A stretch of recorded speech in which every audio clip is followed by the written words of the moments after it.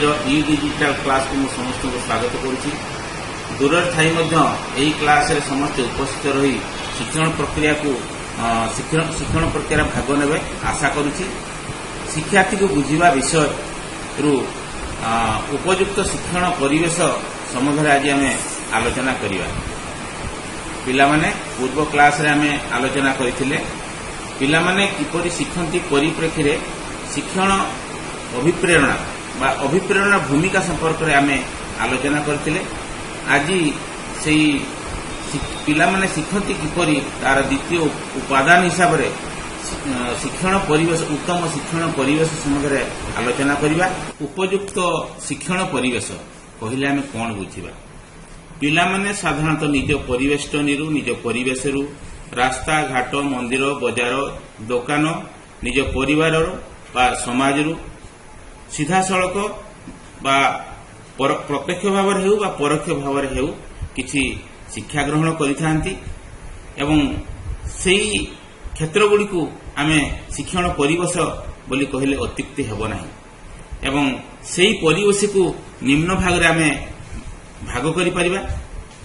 प्रथम हेउची जे आनुष्ठानिक शिक्षा, द्वितीय रे अणानुष्ठानिक शिक्षा, तृतीय रे औपचारिक शिक्षा, चतुर्थ रे अनौपचारिक शिक्षा एवं पंचम रे आकस्मिक शिक्षा। एई आनुष्ठानिक शिक्षा कहले आमे कोन बुझिबा ना विद्यालय कॉलेज जो शिक्षानुष्ठान गुड़िक विधिवत भाव में सरकार द्वारा गढ़ी उठी एवं नियम कानून भितर से अनुष्ठान गुड़िक चली से गुड़िक आम आनुष्ठानिक शिक्षा अनुष्ठान कहवा। से भली अणानुष्ठानिक शिक्षा अनुष्ठान कौन ना एठी नियम कानून रे किछि कोहल करा जायछि एवं पिलामानकर सुविधा को नहीं तांको घर पाखापाखि स्थान रे विद्यालय प्रतिष्ठा करा जायछि एवं से विद्यालय गुड़िकर मध्य पिला अंशग्रहण करुछन्ति एवं जो शिक्षार मुख्य स्रोत अच्छी से मुख्य स्रोत सामिल होई पारुछन्ति। तेणु से भली अनुष्ठान को आम अणानुष्ठानिक शिक्षा कहवा। तापर होची औपचारिक शिक्षा जो आमर मेथड अच्छी निर्दिष्ट समय भितर विभिन्न मेथड को उपयोग करी बा नियम तथ्य को आम प्रयोग करी जो शिक्षादान आम ग्रहण करिथाउ ताको आमे औपचारिक शिक्षा कहवा। अनौपचारिक शिक्षा कौन ना अनौपचारिक शिक्षा होची एठी किछि समय न थाए नियम कानून न थाए कि एठी किछि शिक्षादान पद्धतिर आवश्यकता न थाए। बेले बेले एई स्थाने स्थाने जो बजार घाट बा खेल पड़िया बा मेला एथिरु मध्य पिला शिक्षा करती एगुड़ी को नियम कानून भितर गढ़ा ही न थाए। तेणु एथु शिक्षा पाइले शिक्षा मध्य पाई थाउ। तेणु एगुड़ी को आम अनौपचारिक शिक्षा बोली कही थाउ। सेही भली आकस्मिक शिक्षा। आकस्मिक शिक्षा कहले कौन बुझिबा ना आकस्मिक शिक्षा होची एक्सीडेंटल इनसीडेंटल एजुकेशन जोटा कि आम जाऊे रास्तार गोटे किसी घटना घटला देखिले एवं सेठी मध्य शिखिले। आम रास्तार जाऊे गोटे दुर्घटना घटला एक्सीडेंट है कि आम जाऊे कहीं घर पोड़ी गला कि जाऊे आउ कहीं हठात कि माने मजा मौज करुछंती लोक माने देखिले से क्षेत्र जो पिला शिखिला से होची इनसीडेंटल एजुकेशन। एही भली भाव में आम शिक्षा लाभ करिथाउ सथ किंतु विद्यालय क्षेत्र में जो आमर जो विभिन्न विषय अच्छी विभिन्न विषय जो निर्दिष्ट लक्ष्य रही से लक्ष्य को हासिल करने उद्दिष्ट समय मध्य ताकू कंप्लीट करने आम चेष्टा करिथाउ एवं से निर्दिष्ट उद्देश्य को उद्दिष्ट समय सीमा मध्य आम जदि ताकू कंप्लीट करि परिबा ताहले जो आमर जो सिलेबस रही आमर जो पाठ्यखसड़ा रही सेगुड़ी को आम ठीक समय कंप्लीट करि परिबा। तेणु तापाई विद्यालय क्षेत्र में उत्तम शिक्षण परिवेशर आवश्यकता रही।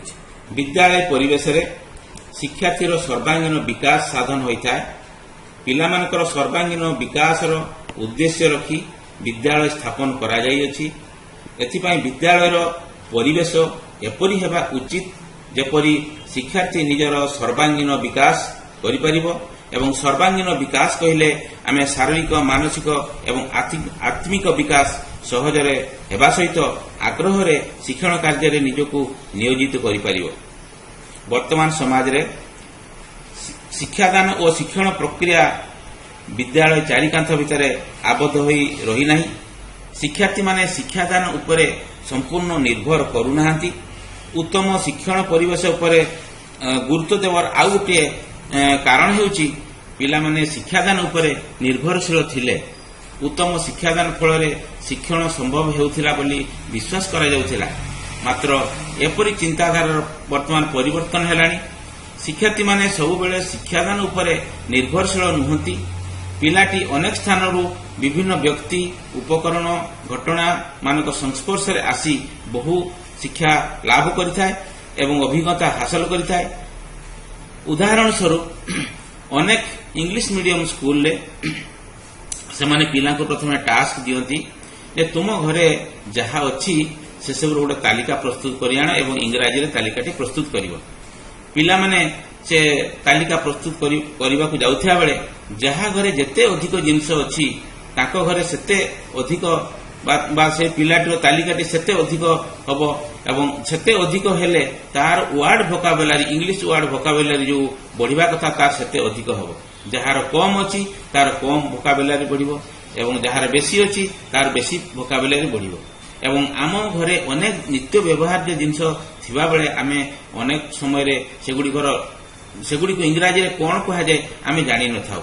उदाहरण स्वरूप छांचुणी को इंग्राजी रे कोन कहा जाए आमे समस्त कहि परिबा नाही। तेणु एपरि क्षेत्र रे जो उपकरण आवश्यकता रही उपकरण माध्यम रे आमे शिक्षा प्रदान करबा एवं एहा द्वारा पिला जो तार वास्तव ज्ञान से हासिल करि पारिबो। तेणु ए जेउथि पई जे शिक्षादान शिक्षण प्रक्रिया रे विभिन्न प्रकार उपकरण बा कार्यावली व्यवस्था करा जाई पारे जहा द्वारा पिलाटी स्वतःप्रवृत्त होई शिक्षण अभिज्ञता हासिल करि पारिबो। शिक्षण अभिज्ञता हासिल करिबा पई विभिन्न प्रकार उपकरण कार्यावली यथा शिक्षण कार्यभित्तिक प्रणाली आवश्यकता रही।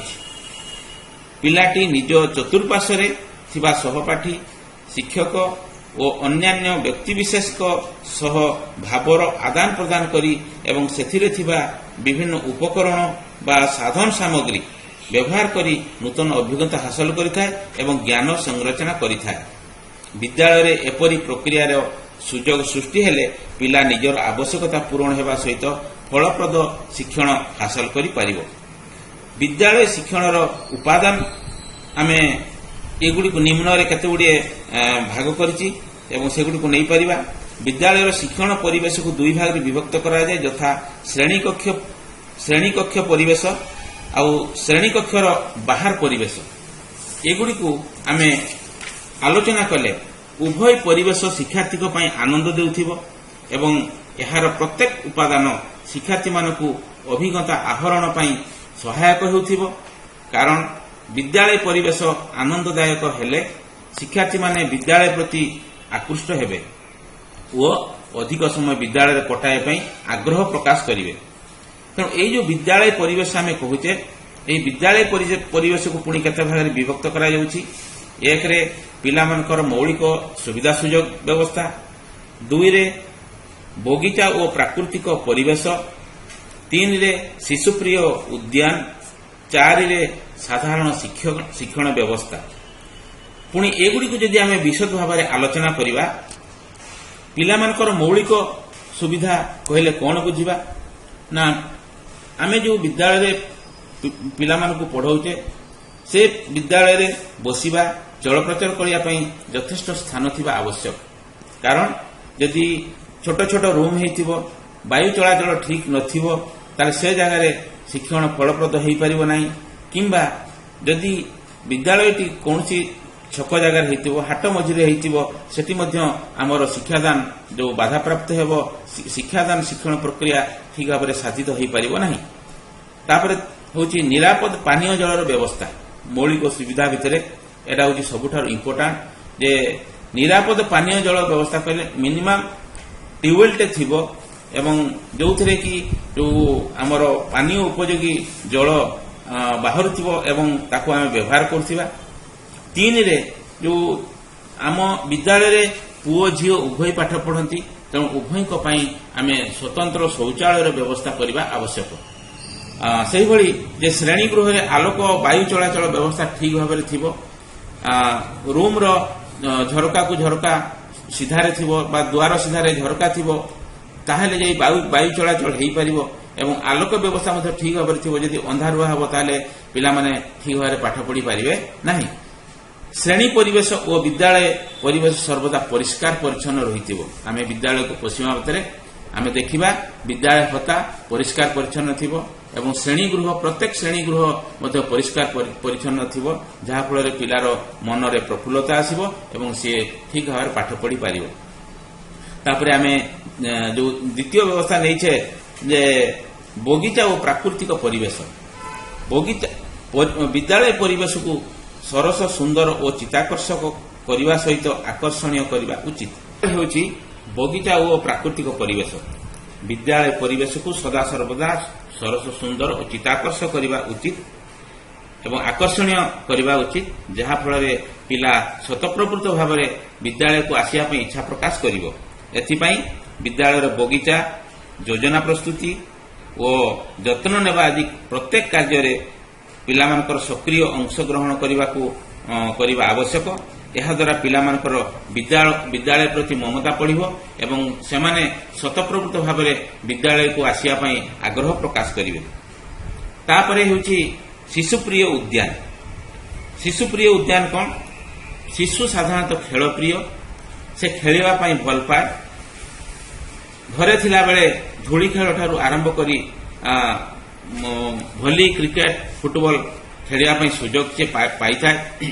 तेणु से सुविधा जदि आम विद्यालय जोगई दबा ताहले से मध्य शिक्षण परिवेश उत्तम एवं पिलाटी आग्रह सहकारे विद्यालय को आसिया पई आशा करिवो। एई क्षेत्र रे आम विद्यालय रे जो खसड़ा बा सीढ़ी बा बालीपीठ बा उठापटा खेल कबाड़ी बहुचोरी खेलिया जो स्वतंत्र व्यवस्था फुटबॉल भलीबॉल खेलिया जो ट्रैक काटिबा कथा पड़िया सेगुड़ी जी ठीक भाव सब थी ताहले से आग्रह सहकारे एवं खेलिबा आशा नहीं कि विद्यालय को आसो एवं खेलिबा सहित पाठ पढ़िबो एवं तार मन प्रफुल्ल रहिबो। तापर होची साधारण शिक्षण सुजोग। साधारण शिक्षण सुजोग कहले विद्यालय कांथरे महामानव मानकर चित्र महत बाणी गल्प ज्ञातव्य तथ्यावली कहले आमर ओडिशार जिला संख्या जिला गुड़िकर नाम बा आमर राज्य संख्या एवं राज्य गुड़िकर नाम से भली अनेक जिनस अच्छी सप्ताहक 7 बार बा आमर जो वर्षक 365 दिन एवं ग्रीष्म ऋतु वर्षा ऋतु ये 6टा ऋतु जो अच्छी एगुड़िक आम विद्यालय कांथरे आम सजाड़ी करी लेखिले से माने सेगुड़ी को अंशग्रहण करेंगे एवं से ज्ञान हासिल करें। तापर आसुची जो साधारण ज्ञान भितर जो कांथ शिक्षण कार्य कौन ना विद्यालय बाहर कांथरे निम्न भागरे राज्य जिला गुड़िकर मौलिक चित्र अन्यान्य चित्र खाली घर थिबा मैट्रिक्स और टेबुल आदि अंका जाई सेगुड़ी को शिक्षार्थी माने व्यक्तिगत किंबा दलगत भाव व्यवहार करी श्रेणी रे पढ़ीथिबा पाठर दृढ़ीकरण करि परिबे। अर्थात जे आमे जो कथा कहले जो मैट्रिक्स अच्छी बा टेबुल अच्छी खाली अच्छी सेगुड़ी करे जो विभिन्न शिक्षण उपादान को जोड़ी जो शिक्षण कार्य प्रस्तुत करथिबा सेगुड़ी को से पिला व्यक्तिगत भाव में दलगत भाव में बारंबार व्यवहार करी जो क्लास रे जो पाठ पढ़ुचंती सेही पाठ को से दृढ़ीकरण करि पारिबे। तापर होची कांथ पत्रिका कहले कौन बुझिबा ना आमे अल्प खर्च रे गोटे बोर्ड तैयारी करिबा कांथरे एवं पिला मानकर भितर जो विभिन्न प्रकार कंपटीशन आमे अरेंज करिबा मनकर जो चित्रांकन प्रतियोगिता बा गल्प प्रतियोगिता बा एसे कंपटीशन यही अनेक जिनस आम भितर करवा एवं जे मानकर कृतित्व जे पाइबे से लेखागुड़ी को से बोर्ड रे आम पिन द्वारा अठा द्वारा लटकाई देवा एवं सेगुड़िक सब पिला जमी पढ़ार सुजोग पाइबे। यह द्वारा जो पिला माने कृतित्व हासिल कले से अधिक कृतित्व हासिल करने चेष्टा करेंगे एवं जो पिला माने କିଛି କରିନାହାନ୍ତି କରିବାକୁ ଯାଉଛନ୍ତି ସେମାନେ ଏହି ପିଲାମାନଙ୍କଠାରୁ ପ୍ରେରଣା ପାଇବେ ଏବଂ ସେମାନେ ଅଧିକରୁ ଅଧିକ କରିବା ପାଇଁ ମଧ୍ୟ ଚେଷ୍ଟା କରିବେ। ଶ୍ରେଣୀ ଏହାପରେ ଦ୍ୱିତୀୟ ପଏଣ୍ଟ ହେଉଛି ଶ୍ରେଣୀ ଭିତର ପରିବେଶ। ଆମେ ଶ୍ରେଣୀର ଭିତର ପରିବେଶଟା କେମିତି ନେବା। ପ୍ରଥମେ ଆସୁଛି କଳାପଟା। ଆମେ ସମସ୍ତେ ଜାଣିଛେ କଳାପଟା ମାନେ କେବଳ ସାର୍ ମାନେ ହିଁ ବ୍ୟବହାର କରନ୍ତି, ପିଲାମାନେ ବ୍ୟବହାର କରନ୍ତି ନାହିଁ। କିନ୍ତୁ କଳାପଟାଟି ଉଭୟ ସାର୍ ଏବଂ ପିଲାମାନଙ୍କ ପାଇଁ ଉଦ୍ଦିଷ୍ଟ ଅଟେ ଏବଂ ସେ କଳାପଟାକୁ ଆମେ ସମସ୍ତେ ପିଲାଠାରୁ ଆରମ୍ଭ କରି ଶିକ୍ଷକ ପର୍ଯ୍ୟନ୍ତ ଆମେ ସମସ୍ତେ ବ୍ୟବହାର କରିବା ଏବଂ ପିଲାଙ୍କୁ ବ୍ୟବହାର କରିବାର ସୁଯୋଗ ଦେବା, ଯାହାଫଳରେ ସେମାନଙ୍କର ସତ୍ସାହସ ବଢ଼ିବ। ଦ୍ୱିତୀୟତଃ ଯେଉଁ ପ୍ରାଥମିକ ସ୍ତରରେ ଯେଉଁ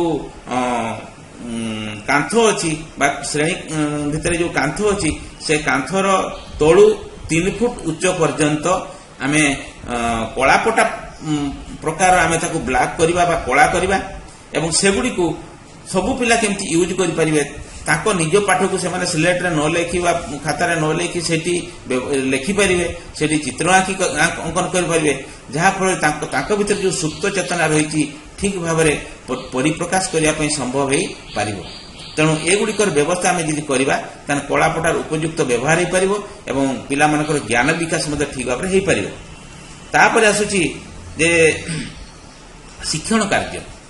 ଶିକ୍ଷଣ କାର୍ଯ୍ୟ ଆମେ ସାଧାରଣତଃ କ୍ଲାସରେ ପଢ଼େଇଲା ବେଳେ ସବୁ କହିଛେ ଶିକ୍ଷଣ କାର୍ଯ୍ୟର 4ଟା ମୌଳିକ ଉପାଦାନ ଅଛି, ଉଦ୍ଦେଶ୍ୟ ଅଛି, ଆନନ୍ଦ ଅଛି, ଆହ୍ୱାନ ଅଛି ଏବଂ ସ୍ୱତଃପ୍ରବୃତ୍ତ ଅଂଶଗ୍ରହଣ କରିବାର ସୁଯୋଗ ଅଛି। ଏହି 4ଟା ଉପାଦାନକୁ ନେଇକି ଶିକ୍ଷଣ କାର୍ଯ୍ୟ ଗଠିତ।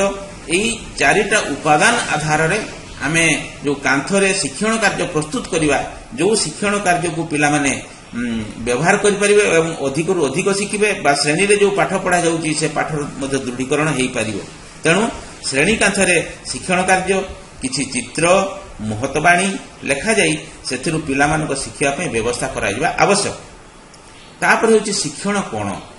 ଶିକ୍ଷଣ କୋଣ କ'ଣ ନା ପ୍ରତ୍ୟେକ କ୍ଲାସରେ ଗୋଟେ ଗୋଟେ ଶିକ୍ଷଣ କୋଣ କରିବା ଦରକାର।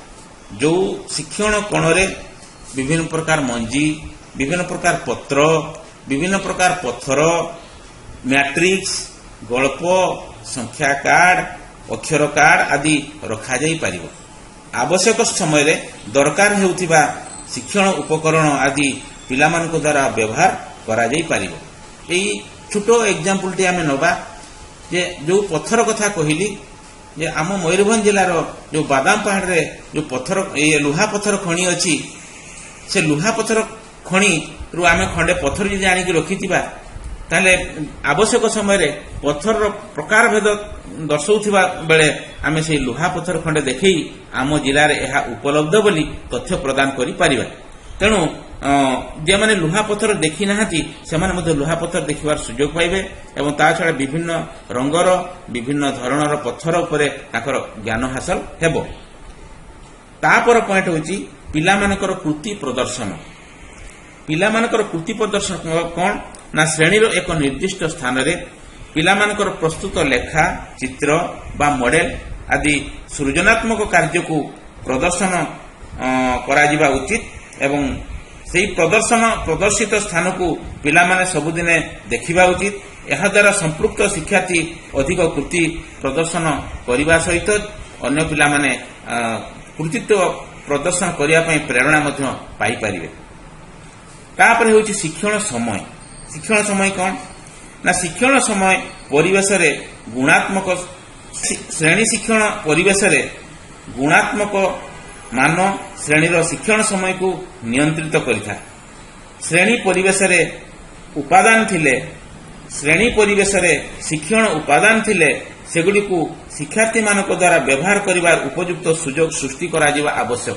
ଅର୍ଥାତ୍ ଆମ ପାଖରେ ଯେଉଁ ଉପକରଣ ଉପଲବ୍ଧ ହେଉଛି ସେଗୁଡ଼ିକୁ ଠିକ୍ ସମୟରେ ଉପଯୁକ୍ତ ସମୟରେ ଆମେ ଯଦି ଆବଶ୍ୟକ ବେଳେ ଆମେ ଯଦି ସେମାନଙ୍କ ନିକଟରେ ପ୍ରଦର୍ଶନ କରିବା ତାହେଲେ ଶିକ୍ଷାଦାନ ସହିତ ଶିକ୍ଷଣ ଉପକରଣ ଉପଯୁକ୍ତ ବ୍ୟବହାର ହୋଇପାରିବ ଏବଂ ଶିକ୍ଷଣ ଉପକରଣ ବ୍ୟବହାର କଲେ ଶିକ୍ଷଣ ଅଧିକରୁ ଅଧିକ ଦୃଢ଼ୀଭୂତ ହେବ ଏବଂ କେତେକ ପିଲା ପରିବର୍ତ୍ତେ ତାକୁ ସବୁ ପିଲା ହାସଲ କରିବାର ସୁଯୋଗ ଲାଭ କରିବେ। ତାପରେ ଆସୁଛି ଏଠି ବିଦ୍ୟାଳୟର ମାନବୀୟ ପରିବେଶ।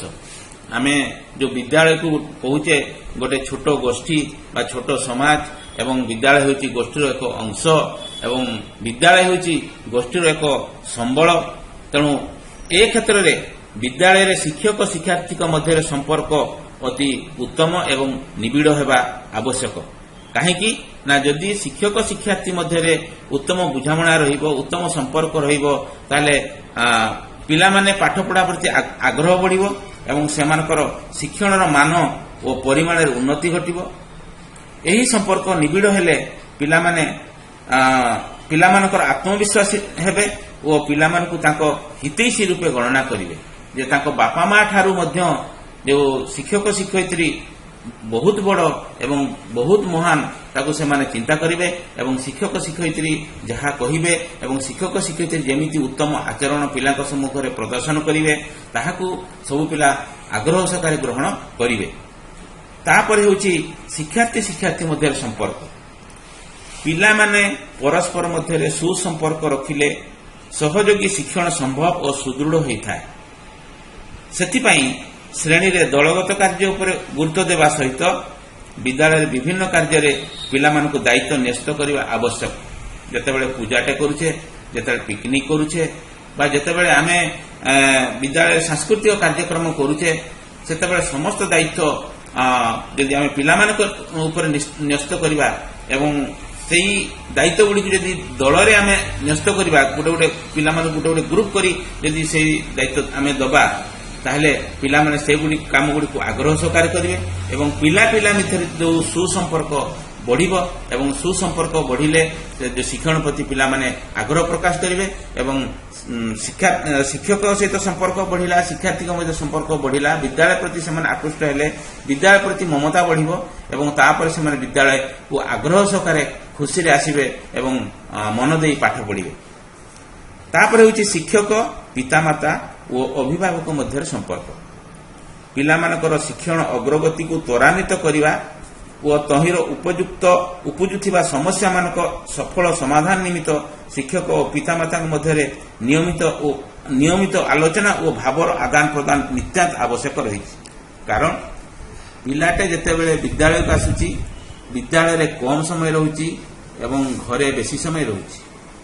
ତେଣୁ ଯଦି ବିଦ୍ୟାଳୟରେ ପିଲାର ପାଠପଢ଼ାରେ କେତେ ଅଗ୍ରଗତି ହେଇଛି ଯଦି ପିତାମାତାଙ୍କ ସହିତ ଶିକ୍ଷକ ଆଲୋଚନା କରନ୍ତି ବା ସଚେତନଶୀଳ ପିତାମାତା ଆସିକି ଶିକ୍ଷକ ସହିତ ଆଲୋଚନା କରନ୍ତି ପିଲାମାନଙ୍କର ଦୁର୍ବଳତା ବା ସବଳତା ସମ୍ବନ୍ଧରେ ଜାଣିପାରିବେ ଏବଂ ସେମାନେ ଘରେ ମଧ୍ୟ ପିଲାମାନଙ୍କୁ ଫିଡବ୍ୟାକ୍ ଦେଇପାରିବେ, ଯେଉଁଟାକି ପିଲାମାନେ ନିର୍ଭୟରେ ବିଦ୍ୟାଳୟକୁ ଆସିବା ପାଇଁ ସକ୍ଷମ ହୋଇପାରିବେ ଏବଂ ଶିକ୍ଷଣ ଫଳପ୍ରଦ ହୋଇପାରିବ ଏବଂ ସମ୍ଭବ ହୋଇପାରିବ।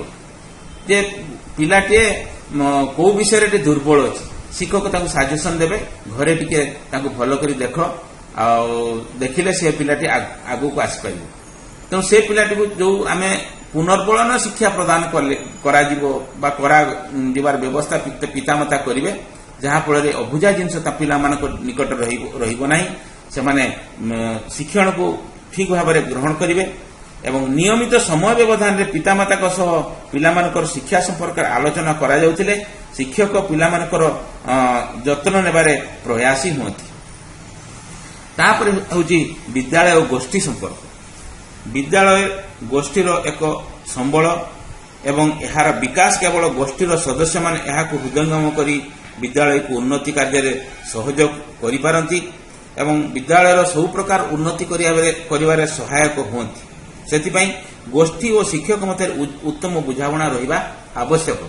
ଯେତେବେଳେ ଆମେ ବିଦ୍ୟାଳୟରେ କିଛି ଛୋଟ କାମଟିଏ ଆଶା କରୁଛେ, ଆମ ପାଖରେ ସମ୍ବଳ ଅଭାବ ରହିଛି ଏବଂ ସେହି ସମ୍ବଳ ଆମେ ଗୋଷ୍ଠୀରୁ ଯଦି ଆଶା କରିବା, ଆମେ ଯେ ସେମାନଙ୍କ ସହିତ ଭଲ ସମ୍ପର୍କ ରଖିଥିବା ସେମାନେ ସେ ସମ୍ବଳ ଯୋଗାଇ ଦେଇପାରିବେ।